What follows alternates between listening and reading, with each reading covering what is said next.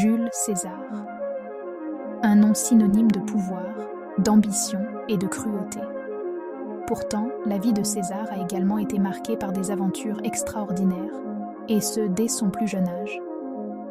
Bien avant qu'il ne franchisse le Rubicon ou ne conquiert la Gaule, un groupe de pirates lui a fait vivre une expérience qui allait façonner sa légende. La rencontre de César avec les pirates était bien plus qu'une simple anecdote historique.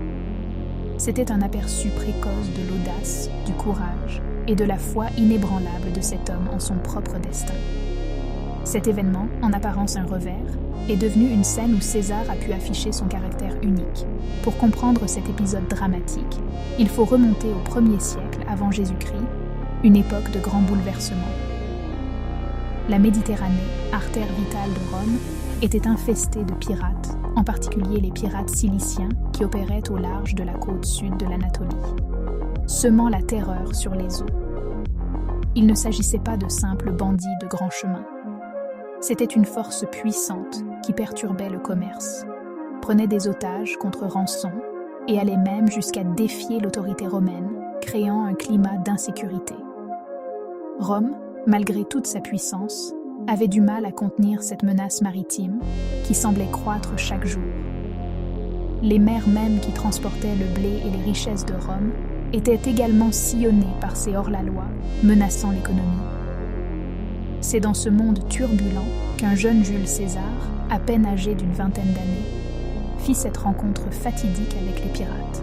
En 75 avant Jésus-Christ, alors qu'il traversait la mer Égée, César fut capturé par ces célèbres pirates ciliciens, connus pour leur audace et leur cruauté. Ils voyageaient avec une petite escorte, mais ils ne firent pas le poids face aux pirates expérimentés et bien armés.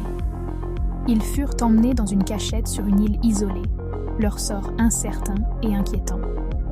La plupart des otages auraient été terrifiés, craignant pour leur vie.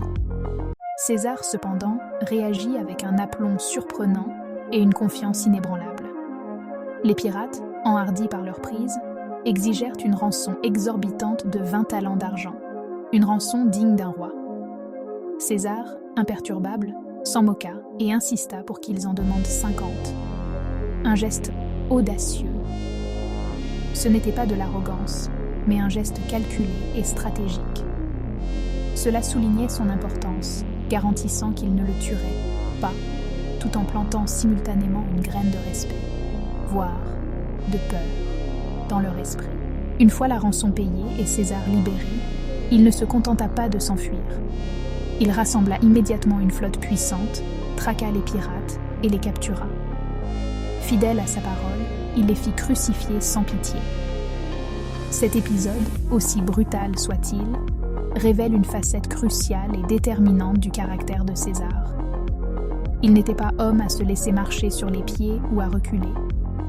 Il ne s'agissait pas seulement de vengeance personnelle, mais d'une démonstration de force calculée et stratégique. Il annonçait à Rome et à ses ennemis qu'il ne fallait pas s'en prendre à Jules César.